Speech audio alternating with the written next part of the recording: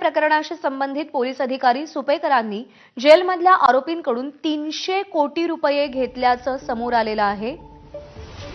300 कोटी रुपयांची मागणी केल्याची तक्रार आपल्यापर्यंत आल्याचा दावा भाजपचे आमदार सुरेश धस यांनी केलेला आहे। या घडीची अत्यंत महत्त्वाची बातमी। वैष्णवी हगवणे प्रकरणाशी संबंधित पोलीस अधिकारी जालिंदर सुपेकर यांनी जेलमधल्या आरोपींकडून 300 कोटी रुपयांची मागणी केल्याची तक्रार आपल्यापर्यंत आल्याचा दावा आमदार सुरेश धस यांनी केला आहे। या सगळ्या प्रकरणात जालिंदर सुपेकर यांच्यावरती आरोप होतच होते। हगवणे बंधूंना जो शस्त्र परवाना मिळाला त्या शस्त्र परवान्यावरती जालिंदर सुपेकर यांची सही आहे। अर्थात या शस्त्र परवान्यासाठी सादर केलेली कागदपत्र ही खोटी होती आणि त्यानंतर सुद्धा हगवणे बंधूंना शस्त्र परवाना मिळाला होता तो जालिंदर सुपेकर यांच्या सहीनंतर। सुपेकर का कोण हे म्हणजे पोलीस आणि याच्यासाठी भीक मागत असतील तर त्याच्यापेक्षा वाईट नाही।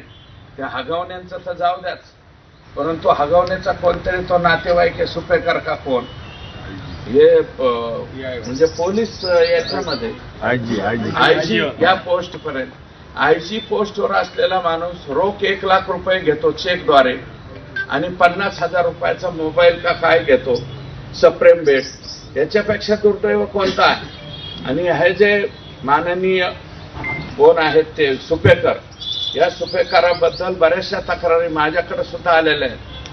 जेलमध्ये जे आरोपी आहेत त्यांना 300 कोटी रुपये आम्हाला दे मानण्याची सुद्धा एक गंभीर तक्रार याच सुपेकरांच्या विरोधात आहे।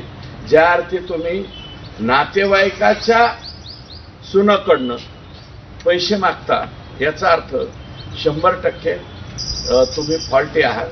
हे सुपेकर जरा आयजी या पोस्टवरचा माणूस सुद्धा मला फॉल्टी दिसतोय। याच्यामध्ये नैतिकता नावाची गोष्ट मला वाटतं काही राहिलेली नाही।